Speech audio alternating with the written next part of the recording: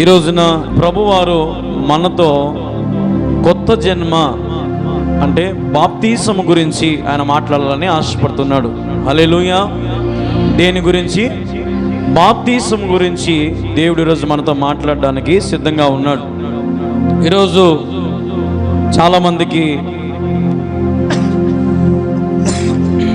చాలామందికి బాప్తీసం అంటే ఏమనుకుంటారంటే ముంచట కదా. బాప్తీసం అంటే ముంచుతారు, లేదంటే కప్పిపెట్టుట, లేదంటే పాతిపెట్టుట అని బాప్తీసం గురించి మనం గమనిస్తూ ఉంటాం, వివరిస్తూ ఉంటారు సేవకులు కూడా. ఈ రోజున బాప్తీసం పొందుట, ఎందుకు మనం బాప్తీసం పొందాలి, దేని కొరకు మనం బాప్తీసం పొందాలి అనేవి మనం ఈ రోజున గమనించబోతూ ఉన్నాం. చాలామంది బాప్తీసాలు ఎందుకు తీసుకుంటారండి? చెప్పండి, ఎందుకు తీసుకుంటారు చాలామంది బాప్తీసాలు?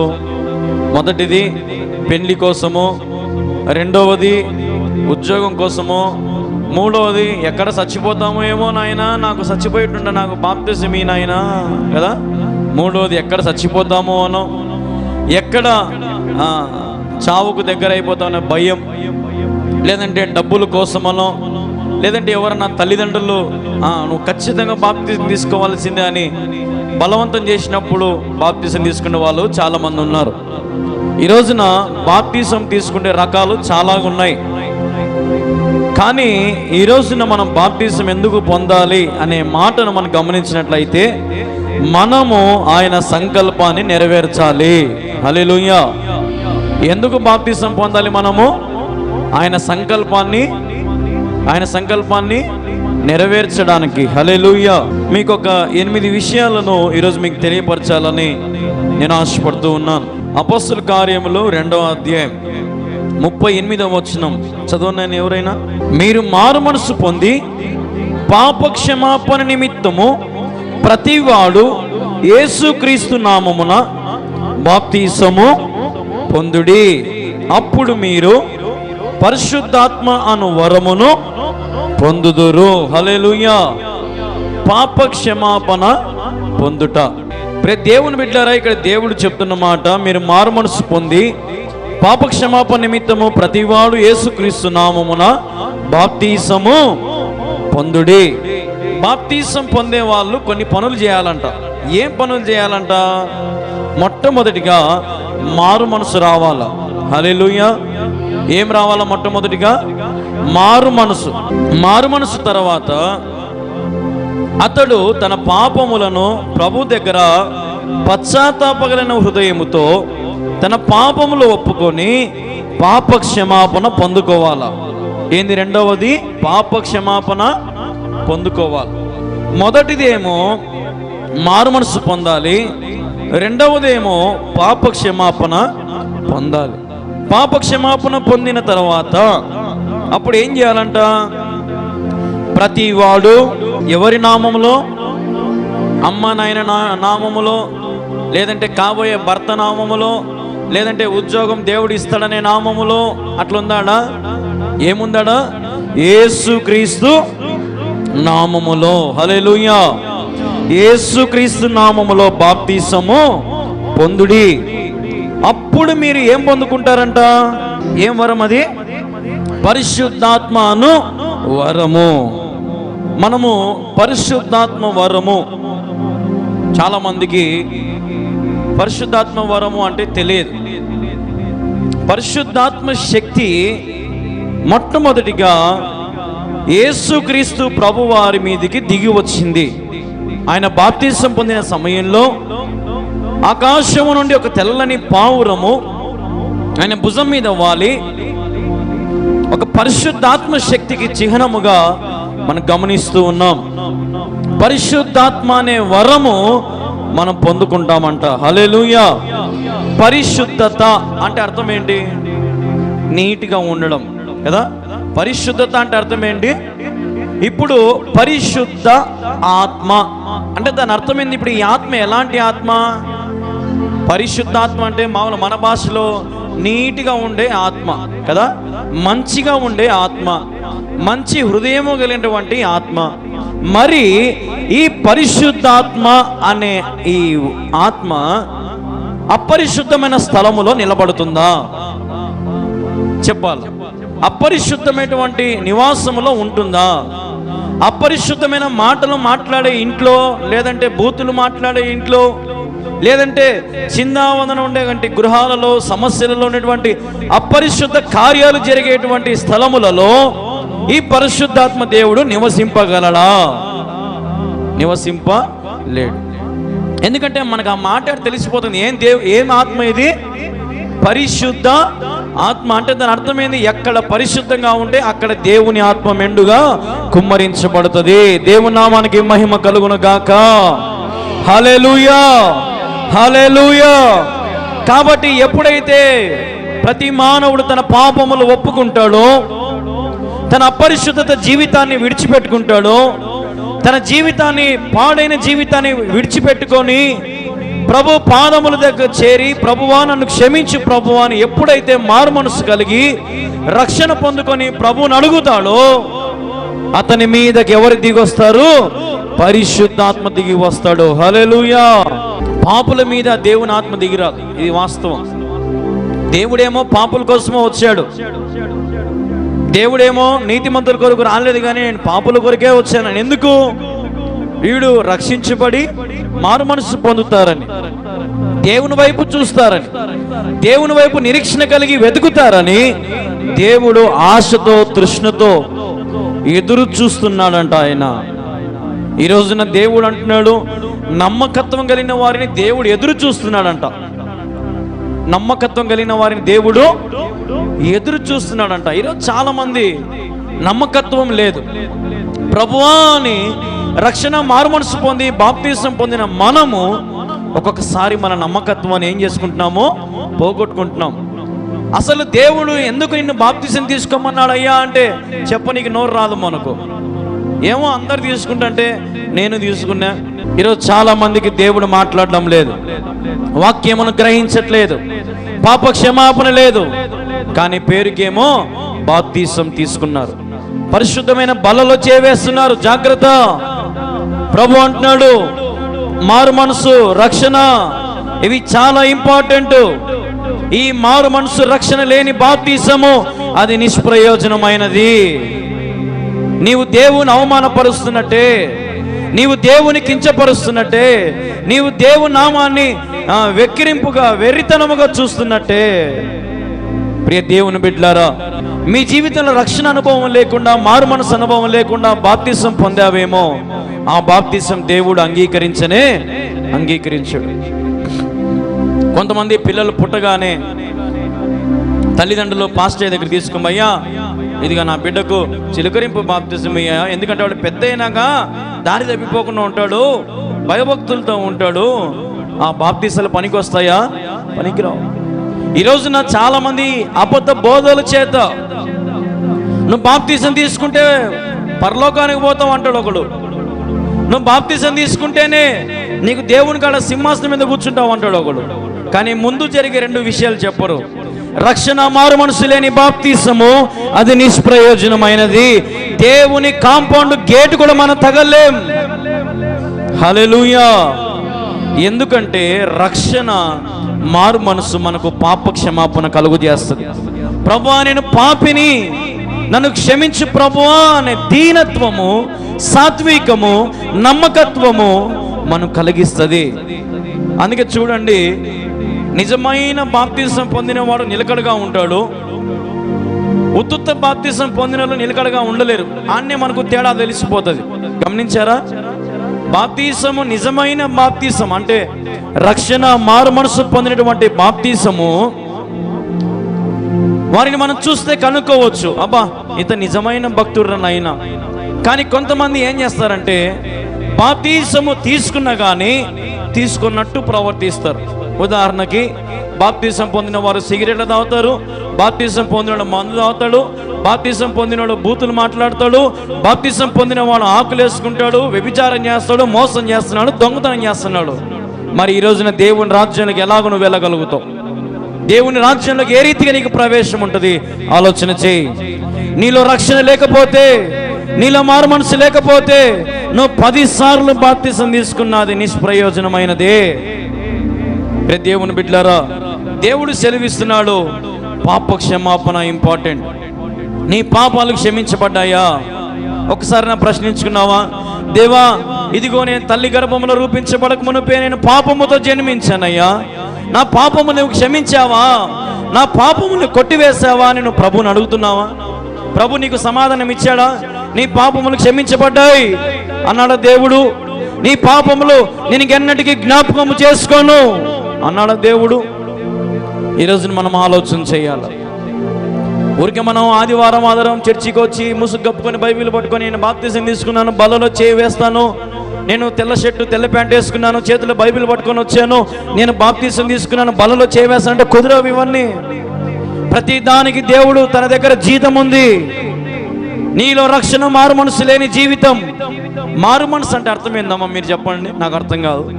మారు మనసు అంటే చెప్పండి, ఉదాహరణ మీ భాషలో చెప్పండి. మారు మనసు అంటే ఏంటి? ఒరే ఇది ఒకప్పుడు మాదిరి ఇప్పుడు లేడు. ఒరే ఏమా ఒకప్పుడు మాదిరి ఇప్పుడు లేదు. ఒకప్పుడు ఈమెను గెలుకుతే నోటి నిండుతో బూతులే మాట్లాడేదిరా, ఇప్పుడు ఏమన్నా కానీ ఓర్చుకొని పోతుందిరా, ఏమన్నా కానీ ప్రార్థన అంటదిరా, ఒక మాట కూడా తెరిచి తిట్టదురా. ఏమంటారు దాన్ని? మారు మనసు. మారు మనసు. ఈరోజు మారు మనసు నీలో లేకపోతే నీ బాప్తిసం నిష్ప్రయోజనమైనది.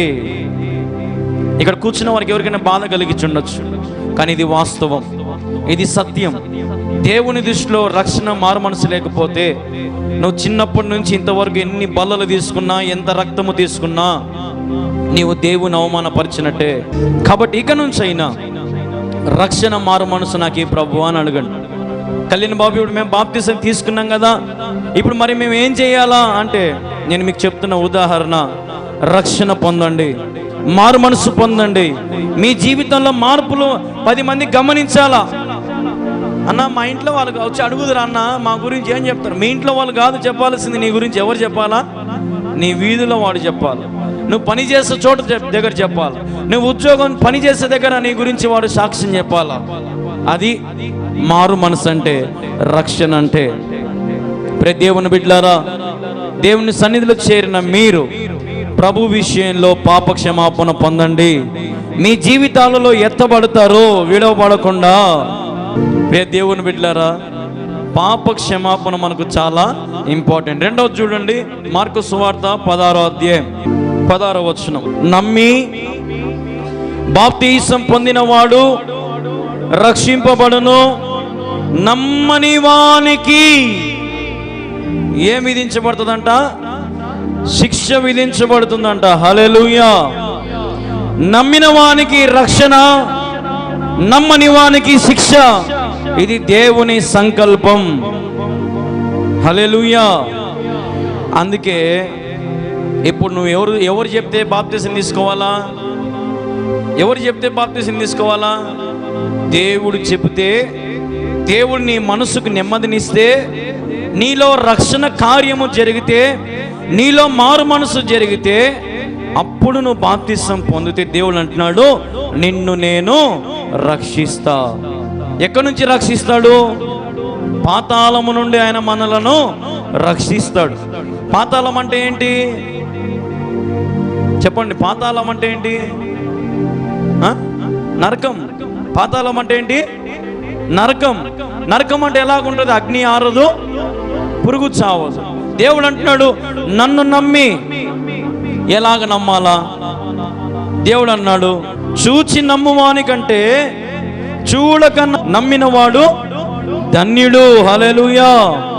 యేసు ప్రభువు నాకు కనపడు, ఈ రాత్రి నాతో మాట్లాడు, ఈ రాత్రి నా కలవరా నువ్వు చెబితే రేపు పాస్టర్ కాడికి పోయి నా పేరిస్తా, నా పేరిచ్చి బాప్తిసం తీసుకుంటా కదా. నమ్మండి. ప్రభు నీ జీవితంలో కార్యాలు చేస్తేనే కాదు, ప్రభు నీ జీవితంలో గొప్ప కార్యాలు చేస్తేనే కాదు, నీ జీవితంలో ఆయన 1% ఆశీర్వాదం ఇవ్వకపోయినా, మేలులు చేయకపోయినా, నీవు ఎవరి యందు నమ్మకం ఉంచాలా? ఏ దేవుడు అయినా? యేసుక్రీస్తు ప్రభు ఆయన. హల్లెలూయా. మన దేవుడు కులానికి ఒక దేవుడు, మతానికి ఒక దేవుడు. ఈరోజు చాలా మంది అంటారు దేవుడు ఒక్కడే నాయనా అంటారు కదా, టెక్నిక్గా ఏమంటాడు, దేవుడు ఒక్కడే, దేవుని ఒక్కడి నమ్మితే చాలు కదా. ఈరోజు చాలా మంది ఈ మాట అంటారు, దేవుడు ఒక్కడే ఒక్కడే. కరెక్టే, దేవుడు ఒక్కడే, ఆయన పేరే యేసుక్రీస్తు ప్రభువు. హల్లెలూయా. గట్టిగా చప్పట్లు కొడుతూ ప్రభువును మహింపరచుకుందామా. హల్లెలూయా, హల్లెలూయా. దేవుడు ఒక్కడే, సర్వ సృష్టికి కారణభూతుడైన దేవుడు ఒక్కడే. మన దేవుడు లోకరక్షకుడు, మన దేవుడు అందరి కొరకు ప్రాణం పెట్టినవాడు, మన దేవుడు సర్వ సృష్టిని శాసించగల దేవుడు, మన దేవుడు నిన్ను నన్ను అని అరచేతిలో చెక్కినటువంటి దేవుడు మన దేవుడు. మరి ఈరోజు ఆయన చూసి నమ్ముతావా, చూడక నమ్ముతావా? ఆలోచన చేయి. ఆయన చేసిన క్రియలన్నీ మన కళ్ళ ఎదుటేగా ఉన్నాయి. ఈరోజు ఆయన చేసిన క్రియలన్నీ ఎలాగున్నాయమ్మా? మన కళ్ళ ఎదుటగానే ఉన్నాయి. చెట్టును చేసింది ఎవరు? ఎవరు చెట్టును చేసింది? ఒకవేళ నువ్వు ఒక కొమ్మను తెచ్చి నాటేవు అనుకో, ఆ కొమ్మ ఎక్కడి నుంచి వచ్చింది? సరే, ఆ కొమ్మ యాన్నో మనం కొనుక్కొని వచ్చినాం అనుకుందాంలే, వానికి ఆ కొమ్మ యాడ్ నుంచి వచ్చింది. ఎటు చూసినా కొమ్మ యాడ్ నుంచి వచ్చింది అంటే దేవుని దగ్గర నుంచి వచ్చిందే. ఇవి చూసి నమ్మండి. నాకు దేవుడు చూస్తేనే, దేవుడు చెబితేనే కాదు, దేవుడు చేసిన వాటన్నిటిని ఆయన మన కళ్ళ ఎదుట నిలబెట్టాడు. దేవుడు చేసిన కార్యములను గ్రహించి రక్షణ పొంది, పాపక్షమాపణ పొంది, బాప్తీసం పొందితే ఆయన నిన్ను పాతాళం నుంచి విడిపించును గాక. హల్లెలూయా. నమ్మని వానికి శిక్ష. ఈ పొద్దు ఆదివారం అండి, నేను ప్రార్థనకు పోతాను. ఏమొద్దు, ఇంటికాడు, ఏం ప్రార్థన వద్దు, కీర్తన వద్దు, ఏం ఇంట్లో లేడు దేవుడు, ఇన్నే ఉండు, ఇన్నే ప్రార్థన చేసుకో కదా. నమ్మని వానికి ఏం దొరుకుతుందంట? శిక్ష. ప్రభు యందు నమ్మకం ఉంచండి. నిన్నును నీ కుటుంబాన్ని దేవుడు దీవిస్తాడు, నిన్ను నీ పిల్లలను దీవిస్తాడు, నీవు చేయించిన ప్రతి పనిని దేవుడు సఫలపరుస్తాడు, నీ ఆలోచన దేవుడు సిద్ధింపజేస్తాడు, నీ కోరికలు ఆయన అవునుగాక జరుగునుగాక అంటాడు ఆయన. మరి ఈ రోజున ప్రభు సన్నిధిలో చేరిన మనం, ప్రభువా నేను అడిగితే ప్రభు నీ జీవితంలో కార్యాలు చేయడా? చేస్తాడు. ఆయన చెయ్యాలంటే నువ్వు నమ్మి రక్షించబడాలి. ఏం కావాలి? నువ్వు నమ్మి రక్షించబడాలి, మారు మనసు పొందాలి, దాని తర్వాత బాప్తీసం తీసుకోవాలి. అది ఒక ప్రాసెస్. ప్రియ దేవుని బిడ్డలారా, ఈరోజు మారు మనసు రక్షణ అనేది చాలా ఇంపార్టెంట్. అది జ్ఞాపకం చేసుకోండి. తర్వాత మూడోది గమనించండి, యోహాను సువార్త 3వ అధ్యాయం 3వ వచనం. అందుకు యేసు అతనితో, ఒకడు క్రొత్తగా జన్మించితేనే కానీ అతడు దేవుని రాజ్యమును చూడలేడని నీతో నిశ్చయముగా చెప్పుచున్నాను నేను. హల్లెలూయా, హల్లెలూయా. ఇది నేను చెబుతున్న మాట కాదు. చెప్పిన వాళ్ళేనాయనా బాప్తిసం తీసుకోకుంటే పెద్ద నరకానికి పోతాడు అంటున్నావే నువ్వు. నేను చెప్పిన మాట కాదు ఇది, దేవుడు చెప్తున్న మాట. ఏమంటాడు ఆయన? ఒకడు కొత్తగా జన్మించితేనే గాని వాడు పరలోక రాజ్యములో నిశ్చయముగా చూడలేడని చెప్తున్నాడు దేవుడు. నీవు కొత్తగా జన్మించితేనే పరలోక రాజ్యాన్ని చూడగలుగుతావు. హల్లెలూయా.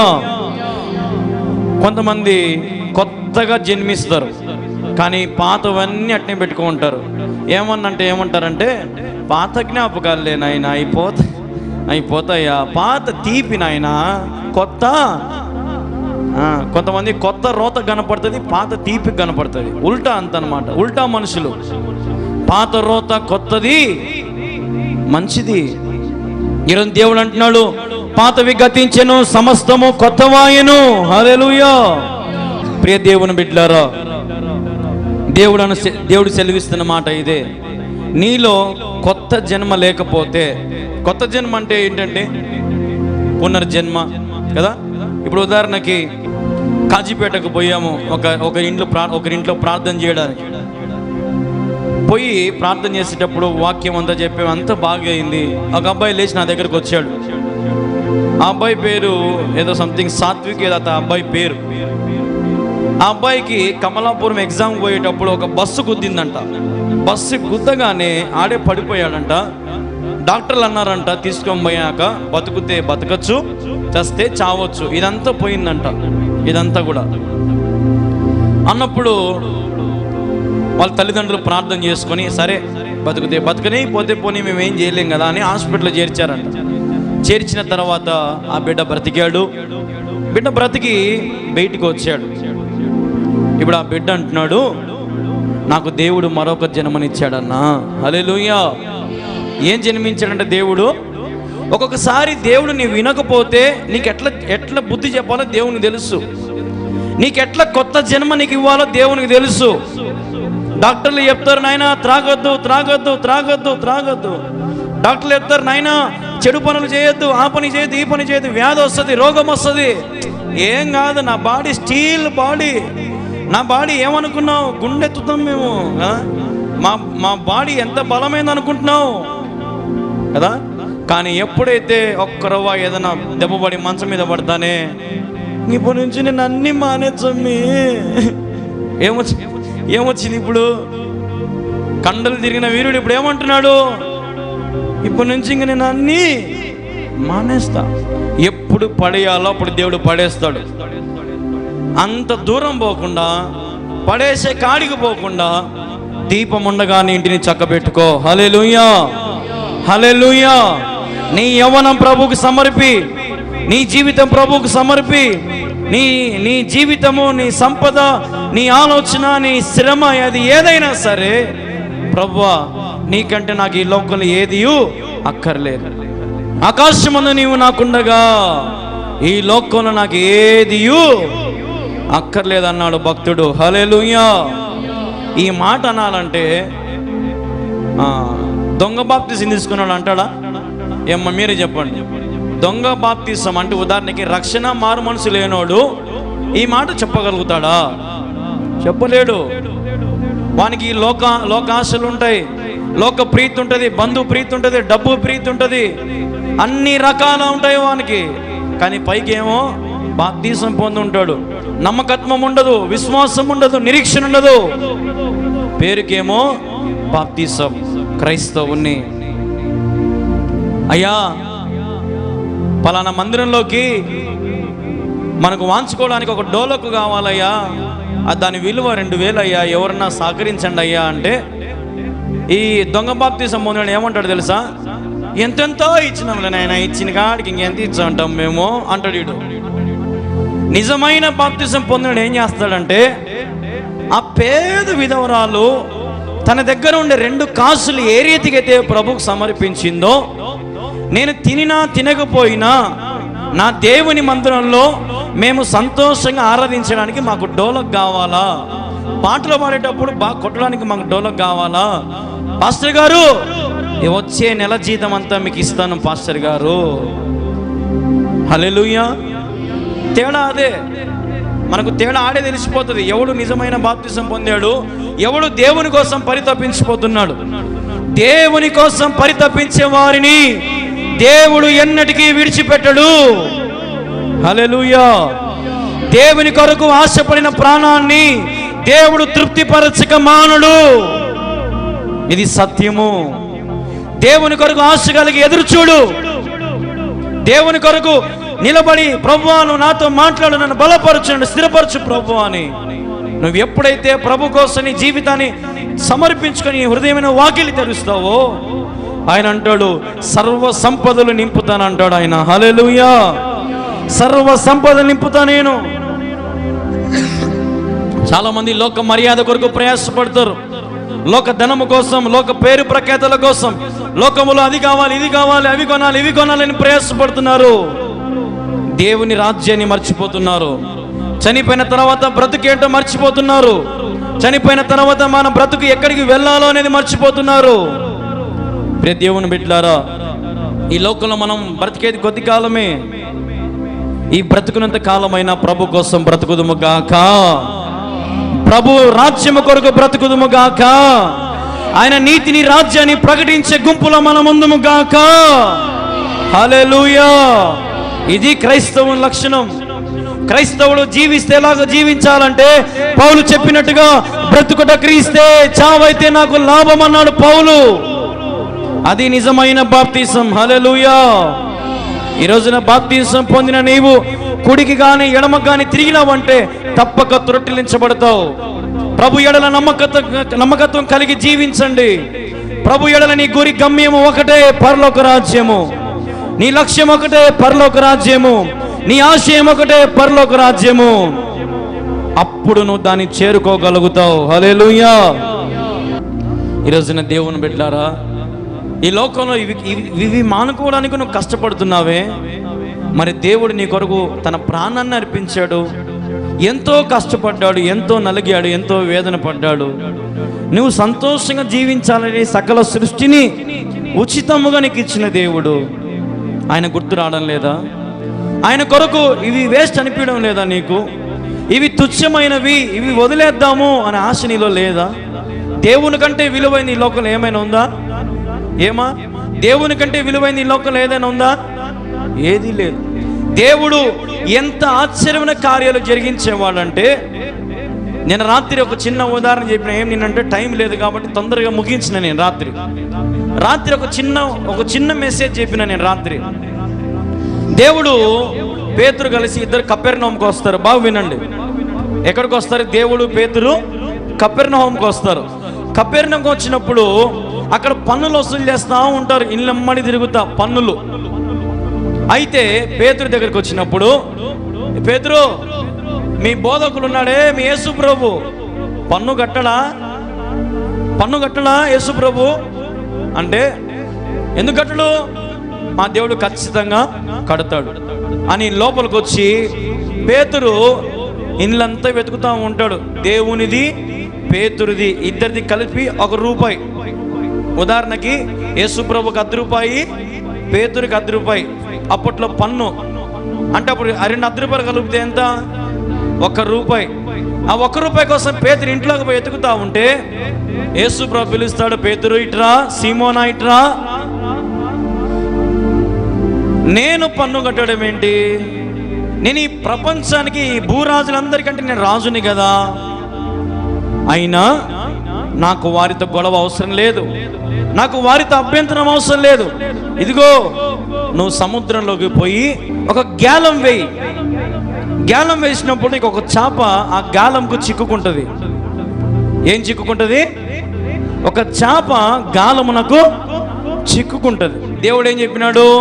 పేతురుకు పోతా సముద్రంలో పోయి నువ్వు గ్యాలం వేయి. ఏ చేప అయితే ముందు వచ్చి గాలంకు చిక్కుకుంటుందో ఆ చేప నెట్లో ₹1 ఉంటుంది. మన భాషలో ఆ చేప నోట్లో ఎంత ఉంటుందంట?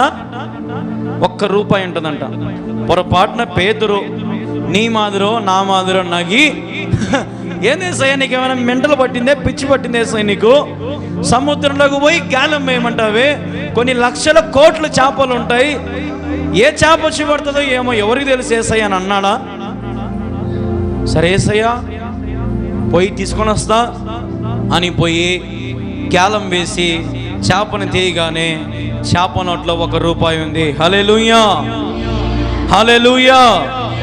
ఆ ₹1 తెచ్చాడు పేతురు. యేసయ్యా ఇదిగో నువ్వు చెప్పినట్టుగా చేప నోట్లో ₹1, ఒక షెకేల్, ఇదిగో ₹1. సరే పేతురు, ఇదిగో నా ₹1, నీ ₹1 కలిసి ఇంకా వాళ్ళకు కట్టేసేయి. హల్లెలూయా. పేతురు సొమ్మును దేవుడు ఆశించలేదు, గుర్తుపెట్టుకోండి. హల్లెలూయా. దేవుడే ఇచ్చాడు అక్కడ. హల్లెలూయా. సముద్రంలో ఉండే చేపల నోటిలో ₹1 బిళ్ళ పెట్టాడంటే ఆ చేప ఎంత నమ్మకమైందో ఆలోచన చేయండి. దేవుడు 6 రోజులు సృష్టి చేశాడు. బాగా వినండి. 6 రోజులు దేవుడు ఏం చేశాడు? సృష్టి చేశాడు. అందులో ఒక రోజున దేవుడు చేపలు, జంతువులు ఇవన్నీ చేశాడు కదా. ఏం చేశాడు దేవుడు? చేపలను, జంతువులను అన్ని చేశాడు ఆయన. దాని అర్థమైంది, ఇప్పుడు యేసు ప్రభు వచ్చేంత వరకు, యేసు ప్రభు చెప్పేంత వరకు ఆ చేప నోట్లో ₹1 అట్నే పెట్టుకుంది. హల్లెలూయా. మింగలేదు, కక్కలేదు, తినలేదు, అసలు ఏ పనులు చేయలేదు. యేసు ప్రభు టైం వచ్చినప్పుడు యేసు ప్రభు పేతురుని పంపిస్తాడు. పంపించినప్పుడు ఆ గాలానికి నేనే పోయి పడాలా. హల్లెలూయా! ఎంత త్యాగం ఆలోచన చేయండి. ఈరోజు నా చేప తన చావునైనా సరే తెగించిపోయి చనిపోవడానికి సిద్ధమైంది. దేవుని పేరు కాపాడడానికి, దేవునికి అవమానం రాకుండా చూడడానికి. ఎవరో దారిని పోయే వాళ్ళు వచ్చి దేవుని ఒక మాట అంటే తట్టుకోకుండా ఒక చేపకున్నంత విశ్వాసం ఈరోజు మనకు లేదు. నువ్వు పోయి పడు గాలంలో, నువ్వు పోయి పడిపో. ఒక గాలం నాకేంటికి, నేను ఎంతో తినాలా అరగించుకోవాలి, నాకెందుకు, నాకు ఇప్పుడు అంత భక్తం. నేను 60 ఏళ్ళకో 70 ఏళ్ళకో అప్పుడు చూసాంలే, ఇప్పుడు చాలా అనుభవించాల. యవనస్తులు అంటారు, ఏమంటారు యవనస్తులు, మేము ఎంజాయ్ చేయాలా, మళ్ళీ తీసుకుంటాంలే బాప్తిసం కదా. మరి ఆ చేప సృష్టి ఆరంభ దినము నుంచి యేసు ప్రభు వచ్చేంత వరకు ఆ చేప కొన్ని వందల వేల సంవత్సరాలు నమ్మకంగా ఉండిందంటే ఆలోచన చేయండి. మరి ఈరోజు దేవుడు నీకు ఇచ్చే విషయంలో నువ్వు నమ్మకంగా బాప్తిసం పొంది నిలబడినైనా ఒక చోట నిలబడు, ఒక చోట నమ్మకత్వం కలిగి ఉండు, ఒక చోట దేవుని మీద విశ్వాసం కలిగి నిరీక్షణ కలిగి మరణం వరకు నమ్మకంగా ఉండు అంటుంటే మాత్రం మనలో అవిధేయత, మనలో కోపం, మనలో బాధ, మనలో అలగడం, మనలో ఇవన్నీ ఉన్నాయి. మరి గాలానికి నువ్వు పడగలుగుతున్నావా? ఆలోచన చేయండి. ఈరోజున దేవుని బిడ్డలారా, గాలానికి నువ్వు పడాలంటే చావును సైతం ఏం చేయాలి? నువ్వు చచ్చిపోతే చచ్చిపోని, దేవుని కోసం బ్రతకాల. హల్లెలూయా! పక్కన చేపలన్నీ అని ఉంటాయి, ఏమని ఉంటాయి, రే ఎందుకు లేరా నీ కర్మ, పోయి ఆ గాలంలో పడితే చచ్చిపోతావు నువ్వు కదా.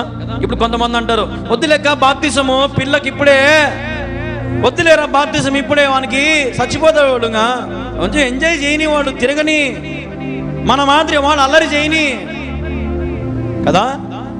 పక్కన చేపలు అన్నీ ఉంటాయి, ఆ చేపతో పొవ్వాకే పోయి సచ్చ ఊరికే ఎందుకు, చావైనా సరే నా దేవుని కోసమే. హల్లెలూయా! ఇటు పోయి పడగానే చేప ప్రాణం ఏమైపోతుంది? ఏమైపోతుంది? చేప ప్రాణము పోతుందా? పోదా? పోతుంది. మరి దేవుడు ఈ రోజున, కళ్యాణ్ బాబు నువ్వు కావాలి నాకు, నేను నీకు గాలం వేశానంటే ఓకే ప్రభువా, నీ గాలం నేను పడతానాలా మనం, ప్రభువా నేను అట్టపోతా, అది ఆ మూలకు పోతా, ఇది ఈ మూలకు పోతా, నీకు దొరకను చిక్కను అంటే మాత్రం దేవుడిని వెదికి తన్నైనా సరే, నీ మెడలు వంచైనా సరే ప్రభు నీ సన్నిధిలోకి నడిపించుకుంటాడు ఆయన. హల్లెలూయా! నీ సొంత కోరిక నెరవేర్చడానికి ఇది నీ జీవితం కాదు, ఇది నా దేవుడు నీకు ఇచ్చిన కృపావరమే. హల్లెలూయా! ఎంతో మంది గొడ్రాళ్ళు ఉన్నారు ఈ ప్రపంచంలో, కానీ నీ తల్లి నీకు మాత్రం ఎందుకు జన్మనిచ్చిందంటే నా దేవుని సంకల్పం వలనే, నా దేవుని కృప వలనే నువ్వు బ్రతికి ఈరోజు భూమి మీద ఉండగలుగుతున్నావు. ఇది నీ దేహము కాదు, నా దేవుడు నీకు ఇచ్చిన కృపావరమే. హల్లెలూయా! నిర్లక్ష్యం చేయొద్దు, వెరితనంగా దేవుని చూడొద్దు. రక్షణ లేకుండా, మారు మనసు లేకుండా, పాప క్షమాపణ లేకుండా బాప్తిసం పొందొద్దు. ఒకవేళ బాప్తిసం పొందావేమో, ఈ రోజు నుంచి అయినా ప్రభువుని అడిగి, ప్రభువా నా అపరాధములు క్షమించు, నేను కొత్తగా జన్మించాలని ఆశ ఉందయ్యా నాకు. కొత్తగా జన్మించడం అంటే ఎలాగో తెలుసా? ఒకప్పుడు నువ్వు వేసే వస్త్రాలు ఇప్పుడు ఉండకూడదు, ఒకప్పుడు నీ మాటలు ఇప్పుడు ఉండకూడదు, ఒకప్పుడు నీ అలంకరణ ఇప్పుడు ఉండకూడదు, ఒకప్పుడు నీ వేషధారణ, నీ అలవాట్లు, నీ మోసాలు, నీ దొంగతనాలు, అవి ఏవైనా సరే ఈ కొత్త జన్మలో ఏవీ ఉండకూడదు. నేను పచ్చిగా చెప్పాలంటే ఒక విధవరాలు వలె ఉండాలా. హల్లెలూయా! విధవరాలు బంగారు నగలేసుకోదు, విధవరాలు పట్టు చీరలు కట్టుకోరు, విధవరాలు ఏదో ఈ మధ్య కట్టుకుంటున్నారులే, కానీ ఒకప్పుడు అంత సీన్ లేదులే. ఈ మధ్య వాళ్ళు కూడా అయిపోయింది, మారిపోయారు. దేవుని విషయంలో మనమందరం కూడా చాలా తగ్గింపు కలిగి మనం ఉండాలి. హల్లెలూయా! హల్లెలూయా! మన దేవుని దయ నీ వెంట వస్తుంది. కాబట్టి ప్రభువుని వేడుకోండి. ప్రభువా నాకు బలము నీ దేవా, నువ్వు ఎప్పుడైతే ప్రభువుని అడుగుతావో. యోహాను సువార్త 3వ అధ్యాయం 4వ వచనం, 5వ వచనం, 6వ వచనం చదవండి ఇప్పుడు. అందుకు నికోదేము, ముసలివాడైన మనుషుడు ఎలాగో జన్మింపగలడు, రెండో మారు తల్లి గర్భమందు ప్రవేశించి జన్మింపగలడా అని ఆయన అడుగగా, యేసు ఇట్లా, నేను ఒకడు నీటి మూలముగాను ఆత్మ మూలముగాను జన్మించితేనే గాని దేవుని రాజ్యంలో ప్రవేశింపలేడని నీతో నిశ్చయముగా చెప్పుచున్నాను. దేవుడు కూడా ఇక్కడ ఏం చెప్తున్నాడు? కరాఖండిగా నీటి మూలము గాని ఆత్మ మూలముగాను జన్మించిన వాడైతేనే దేవుని రాజ్యములో వానికి ప్రవేశము. హల్లెలూయా. నీటి మూలమైన బాప్తిసం, జీలకరింపు బాప్తిసాలు పనికిరావు దేవుని కాడ. నీవు చచ్చి తిరిగి లేవాలా, నీవు మునిగి మళ్ళీ తిరిగి లేవాలా, పాత జీవితాన్ని నువ్వు చంపేసుకోవాలా, కొత్త జీవితాన్ని నువ్వు ప్రారంభించాలా. అది దేవుడు నీకు ఇచ్చినటువంటి నీటి బాప్తిసం, ఆత్మ మూలము కలిగే బాప్తిసము. అది నూతన జన్మ అంటే, క్రొత్త జన్మ అంటే. హల్లెలూయా. కొత్త జన్మ అంటే ఏదో మళ్ళీ రెండో జన్మ ఉంది, మూడో జన్మ ఉంది, నాలుగో జన్మ ఉంది, వచ్చే జన్మలో కుక్క మాదిరి పుడతా, అటు వచ్చే జన్మ పిల్లి మాదిరి పుడతా, అటు వచ్చే జన్మలో శివ మాదిరి పుడతా అంటే కాదు. ఒక రోజున నేను ఇటు చీమని చంపుతా ఉంటే నా పక్కన మీరు ఒకడు వచ్చి, తొక్కు రేపు అది వచ్చే జన్మ మనిషి అయి పుడతాడు, నువ్వు చీమమై పుడతావు, నిన్ను కూడా వాడు అట్టే నలుపుతాడు పో అంటున్నాము. అంటే దాని అర్థమైంది, ఇప్పుడు కొత్త ఈ పునర్జన్మలని చాలా మంది నమ్ముతా ఉన్నారు. జన్మ ఒక్కటే, నీ జీవిత పరమార్థం ఒక్కటే, బ్రతుకున్నంత కాలము దేవుని కొరకును బ్రతకాల్సిందే. నీ ఇచ్చలతో నీ శరీర ఇచ్చలతో బ్రతికితే నిన్ను రక్షించే నాదుడు లేడు. నీవు సమస్తాన్ని విడిచిపెట్టుకొని, ఒకవేళ ఇంతవరకు నువ్వు పాపము చేసావేమో, ఒకవేళ నువ్వు ఇంతవరకు అతిక్రమములు చేసావేమో, ఒకవేళ నువ్వు ఇంతవరకు దోషములు, అపరాధములు, నిందలు, నానా విధమైన వాటిని చేసావేమో, ఈ క్షణము నా దైవదాసునిగా చెప్తున్న మాట నీవు విని అన్నిటినీ విడిచిపెట్టి, ప్రభువా నాకు కొత్త జన్మని ప్రభువా అంటే దేవుడు నీ స్థితిగతులను మారుస్తాడు. హల్లెలూయా. ప్రియ దేవుని బిడ్డలారా, కొత్త జన్మ దేవునికి ఇస్తాడు. ఇప్పుడు 10 రోజులు స్నానం చేయడం కాడ పోయి మనం కూర్చుంటామా? బాగా చెప్పండి, మీరే చెప్పండి. 10 రోజులు పోనీ రోడ్డు మీద కొంతమందికి జుట్టు అంతా పెరిగి ఊడల మరి మాదిరి షర్ట్ అంతా గంప వేరి వాని నెత్తి అంతా అట్ట కట్టిపోయి ఉంటుంది. వాని కాడ పోయి కూర్చొని కాఫీ తాగుతామా? ఏమంటాం ఉంటే అట పోరాట పక్కకు పో. ఎందుకు? వాసన, దుర్వాసన, చూడడానికి బాగలేడు, మంచిగా లేడు. అదే ఉదాహరణకి ఆ దారిలో ఒక వ్యక్తి ఆ వ్యక్తిని చూసి దయ కలిగి అతనికి స్నానం చేయించి కటింగ్ చేయించి కొత్త బట్టలు వేస్తే అప్పుడు పోయి కూర్చుంటావా? కూర్చుంటావు కదా. ఆ వ్యక్తి ఎవరో కాదు, యేసయ్యే. నువ్వెంత ఘోర పాపివైనా యేసయ్య నీ దగ్గరకు వస్తాడు.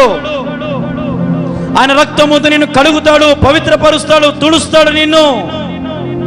నీకు మంచి వస్త్రములు ఇస్తాడు, మంచి దేహముని ఇస్తాడు. కుష్టి వ్యాధితో ఉన్నటువంటి కుష్టి రోగుడి దగ్గరికి పోయి నీవు స్వస్థత కోరుచున్నావా? అవును దేవా, ఈ కుష్టి వ్యాధితో నన్ను అందరు దూరం మారేసినారయ్యా, ఊరవుతలు ఉన్నానయ్యా, నేను చాలా దయనీయమైన స్థితిలో ఉన్నానయ్యా, నాకెవరూ లేరు దేవా అంటే నీవు స్వస్థత పొందుకుందువు గాక అన్నాడు ఆయన. హల్లెలూయా. వెంటనే కుష్టివాడు అందగాడుగా మారిపోయాడు. దేవుని నామానికి మహిమ కలుగును గాక.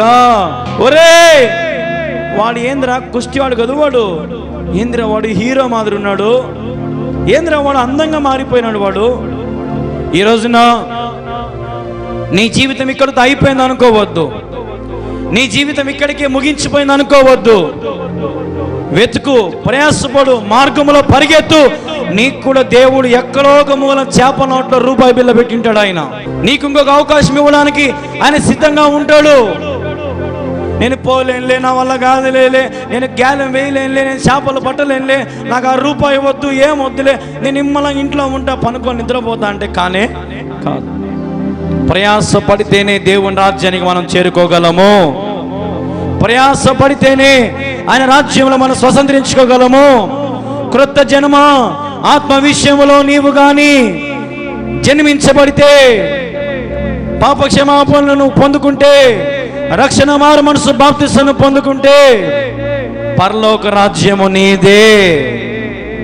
హల్లెలూయా. ఇప్పుడు ఆ వ్యక్తి మొత్తం నీటి కడిగేశాడు కదా, కడిగేసినాడు, మంచి బట్టలు వేసినాడు. ఇప్పుడు వచ్చి మన పక్కన కూర్చున్నాడు అనుకో, ఇప్పుడు మనం అంటామా పక్క పోరా అంటామా? ఎందుకనం? ఇప్పుడు వాడు ఎలాగున్నాడు?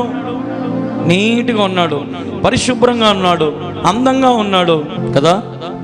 ఈరోజు దేవుడు కూడా అంతే, నిన్ను తెచ్చి మంచి స్థలములో ఆయన నిలబెడతాడు. హల్లెలూయా. ఆయన నిన్ను తీసుకొచ్చి మంచి స్థలము, మంచి సంఘము, మంచి సేవకుడు, నీ కొరకు ప్రాణం పెట్టే సేవకుడు, మంచి కాపరిని దేవునికి ఇచ్చినప్పుడు మంచి చోట నువ్వు కూర్చోవాలా, మంచి చోట నువ్వు నిలబడాలా, సత్యము ఎక్కడుంటే నువ్వు నిలబడాలా, అబద్ధ బోధకును దూరముగా ఉండాలా. అప్పుడు దేవుడు నీ నమ్మకత్వాన్ని బట్టి, నీ విశ్వాసాన్ని బట్టి, నీ రక్షణ మారు మనసును బట్టి ఆయన పరిశుద్ధాత్మ దేవుడు, ఆయన పరిశుద్ధాత్మ శక్తి నీ మీద కుమ్మరిస్తాడు. హల్లెలూయా. నువ్వు యాన్నో పోయి ఉండి ఎక్కడెక్కడో తిరుగుతా ఏదేదో పనులు చేసుకుంటా దేవా దేవా దేవా దేవా అంటే దేవుడు అంటాడు, నీవు నా నివాస స్థలంలో నీవు లేవు. ఉదాహరణకు చెప్తున్నా ఒక మాట. ఇప్పుడు కొడుకు కోడలు ఇంట్లో ఉన్నారనుకోండి, అమ్మ నేను అన్ని రకాలుగా చూసుకుంటూ ఉంటారు కదా. వాళ్ళకి తిండి విషయంలో అయినా, వాళ్ళకి బట్టల విషయంలో అయినా, పండగ వచ్చినా, పబ్బం వచ్చినా, ఏమొచ్చినా సరే వాళ్ళకి మంచి చెడ్డ చూసుకుంటూ ఉంటారు. అదే వాళ్ళకి కళాకు పోయినారనుకో, అమ్మ నేను చూసుకుంటారా? అసలు వాళ్ళకి ఏమైతే తెలుస్తుందా? రోజుకు ఒకసారి ఫోన్ చేసి నాయనా తిన్నావా, అనుకున్నారా, బిడ్డలు బాగున్నారా, మన అంతే. మన కష్ట నష్టాలు వారికి తెలుస్తాయా? తెలియవు. అదే సంబంధం కలిగి మంచి చోట ఉండి నీకు ప్రేమ చూపించే వారి దగ్గర ఉంటే, నీ దగ్గర ₹1 లేకపోయినా వారి సొమ్ము తినే భాగ్యం నీకు దొరుకుతుంది కదా. ఈరోజు ఆకలితో మాడిపోతున్నారు చాలా మంది, దేవునికి దూరంగా ఉండి అల్లాడిపోతున్నారు, దేవునికి దూరముగా ఉండి. శ్రమలు, వ్యాధులు, కష్టాలు, అప్పులు, వేదనలు, కుటుంబ సమస్యలు, గొడవలు ఇవన్నీ ఎందుకు వస్తున్నాయంటే నీవు దేవుని ఇంట్లో లేవు, అపవాది ఇంట్లో ఉన్నావు. అపవాది కూర్చుండే చోటు కూర్చుంటున్నావు. చెడు సాంగత్యాలు, చెడు అలవాట్లు నీలో ఉన్నాయి. ఆదివారం మాత్రమే బాప్తిసం పొందాను, నాకు బల్లయి. ఏం ప్రయోజనం? ఈరోజు నువ్వు నిలబడే స్థలం ఎలాంటి స్థలం అయి ఉండాలా? మంచి స్థలం అయి ఉండాలా. హల్లెలూయా. కీర్తనల 1వ అధ్యాయం. ఇవి కొత్త మాటలు ఏం కాదు. దుష్టుల ఆలోచన చెప్పున నడవక, పాపుల మార్గం నిలవక, అపహాసకులు కూర్చున్న చోటున కూర్చుండక, యెహోవా ధర్మశాస్త్రమందు ఆనందించుచు దీవారాత్రము దానిని ధ్యానించువాడు ధన్యుడు. అతడు నీటి కాలువలే యోరాను నాటబడినదై ఆకు వాడక తన కాలమందు ఫలమిచ్చు చెట్టు వలె నుండును. అతడు చేయనదంతయు సఫలమగును. దుష్టులు అలాగునుండక, ఓయమ్మో ఎలాగుంటారంట, గాలి చెదురుగొట్టు పొట్టు వలె నుందురు. కాబట్టి న్యాయ విమర్శలో దుష్టులను, నీతిమంతుల సభలో పాపులు నిలువరు.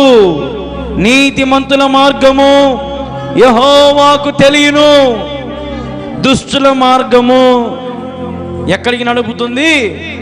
నాశనానికి నడుపుతుందంట. హల్లెలూయా.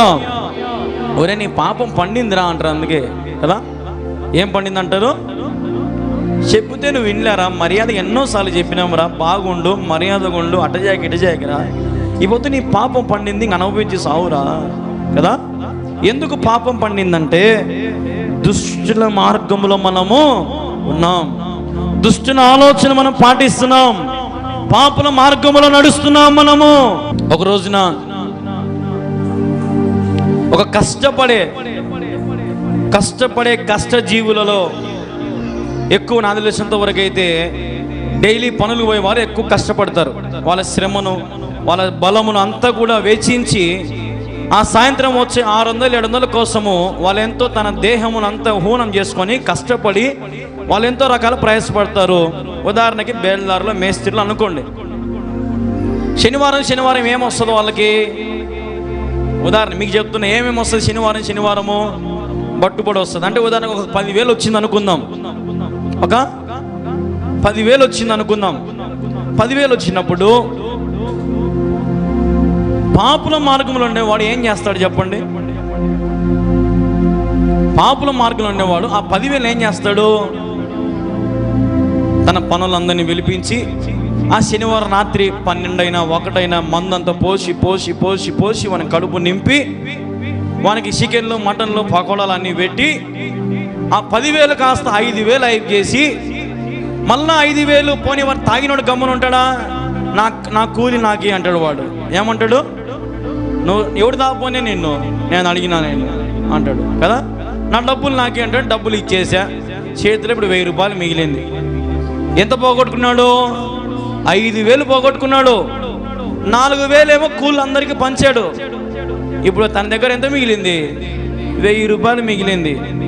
అంటే ఇప్పుడు పాపుల మార్గంలో పోయి ఏం నష్టపోయాడు ఆ బిడ్డ? 5,000 నష్టపోయినాడు.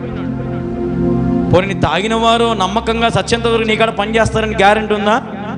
పక్కనోడు ఇంకొక 100 ఎక్కువ ఇచ్చట పై తుర్రు అయిపోయా కదా. దాన్ని బట్టి అర్థం ఏంటి? పాపుల మార్గం నీకేం తీసుకొస్తుంది? నష్టాన్ని తీసుకొస్తుంది. అదే 5,000 ఇంట్లో నీ భార్యకు నీ బిడ్డలకో చదువులకో ఏదైనా వస్తువులు కొనడానికి నువ్వు పెట్టుకుంటే అది నీకు లాభం. అది మంచి ఆలోచన. అది పాపుల మార్గం కాదు, దేవుని ఆలోచన. కానీ మనమైతే పాపుల ఆలోచనలో ఉన్నాము, సమస్తము నష్టపోతూ ఉన్నాము. వడ్డీలకు వడ్డీలు అయిపోతున్నాయి, అప్పులకు అప్పులు అయిపోతున్నాయి, కష్టాలు ఎక్కువైపోతున్నాయి, కుటుంబ గొడవలు ఎక్కువైపోతున్నాయి. పాపుల మార్గంలో నుంచి బయటికి రా. నీ కుటుంబాన్ని పోషించే మార్గము దేవునికి బోధిస్తాడు. హల్లెలూయా. దేవుడు భర్తను శిరస్సుగా పెట్టాడు కుటుంబములో. ఏదో మాదిరి దేవుడు పెట్టలా, ఒక పనికి మాలిన మాదిరి దేవుడు పెట్టలా. రోషము కలిగి నీ కుటుంబాన్ని పోషించు. 10 మందిలో పేరు తెచ్చుకునే రీతిగా నీ కుటుంబాన్ని పెంచుకో. అది దేవుని సంకల్పం. త్రాగుడుకు బానిసై, చెడు స్నేహాలకు బానిసై నీ భార్యను చిన్న చూపు, నీ పిల్లలను చిన్న చూపు చూసుకుంటే నష్టపోయేది రేపు నీ కుటుంబమే. ఇది సత్యం. ప్రభు మార్గములో నడిచిన వాడు ఎలాగుంటాడంట? ఆకువాడక తన కాలమందు ఫలమిచ్చు. ఎలాగుంటాడంట? చెట్టు వలె ఉంటాడంట. హల్లెలూయా. ఉదాహరణకి ఒక మామిడికాయ చెట్టు తీసుకోండి.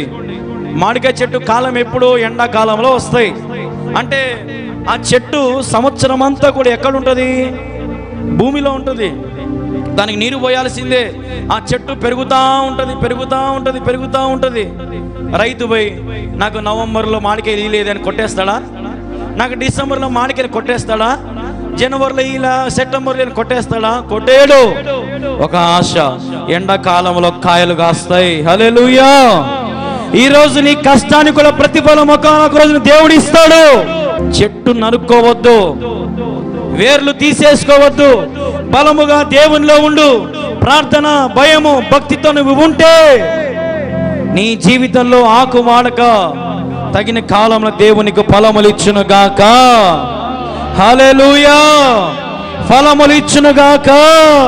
ఈరోజు ఎంతోమంది కుటుంబాల్లో ఫలాలు లేకనే అన్నా నా భర్తను బాగా చూసుకోవాలన్నా, ఎందుకు ఉండాలన్నా, నేను మా ఇంటికి పోతాన్నా అన్నా, నా భర్తను సరిగ్గా చూసుకోవాలన్నా, ఎందుకన్నా నాకు ఈ జీవితం? చచ్చిపోవాలి ఎంతోమంది ఉన్నారు. ఆత్మహత్యలు చేసిన ఎంతోమంది ఉన్నారు.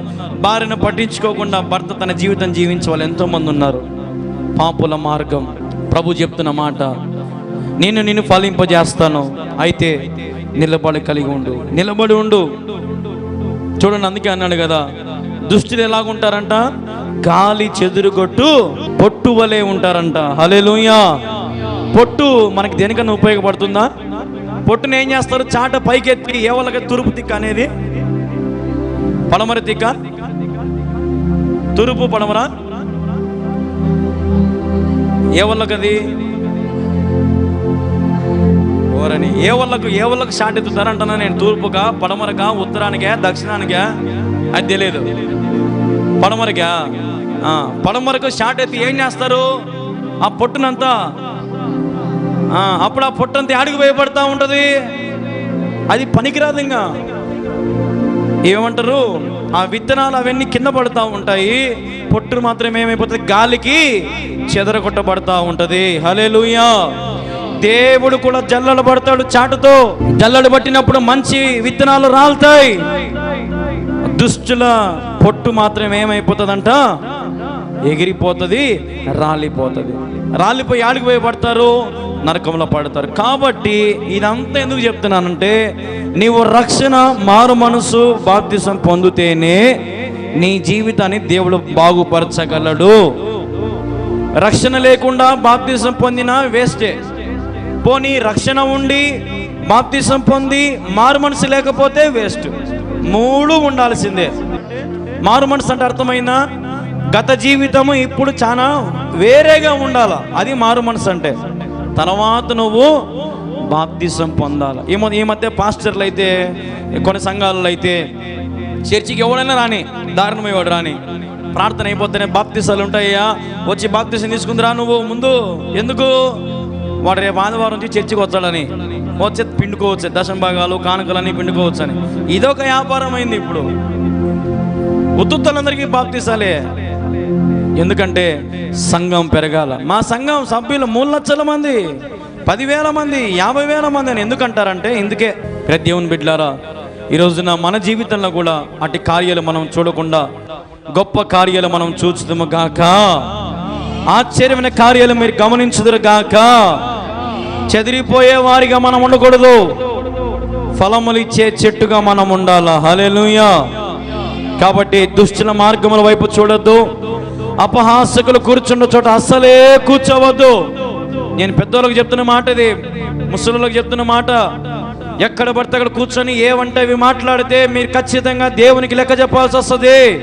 ఒకరి కోడల గురించో, ఒకరి మనవల గురించో, వారి గురించి, వీరి గురించో పోతారమ్మా, నాశనమైపోతారమ్మా, అయ్యమ్మా అని నానొక మాటలు మీరు మాట్లాడితే నష్టపోయేది మీరే. దేవుని గురించి మాట్లాడండి, బైబిల్ గురించి మాట్లాడుకోండి. వ్యర్థమైన మాటలు మాట్లాడుకొని నష్టపోవద్దు. ఇది విధవరాలకు, పెద్దలకు చెప్తున్న మాట ఇది. నీ ప్రతి మాట ఎవరు లెక్కిస్తున్నారంట? దేవుడు లెక్కిస్తున్నాడు. కాబట్టి బాప్తిసం పొందావు, మర్యాదగా దేవుడు చెప్పినట్టు మనం నడిస్తే దేవుడు మనకు మర్యాద ఇస్తాడు. నువ్వు కానీ ఆయన మర్యాద పోగొట్టుకుంటే ఖచ్చితంగా నరకానికి మనము పాత్రలం కావాలి. ఇది సత్యమైనటువంటి ప్రకటన, బోధ. దేవుడి మాటలు దీవించి ఆశీర్వదించును గాక.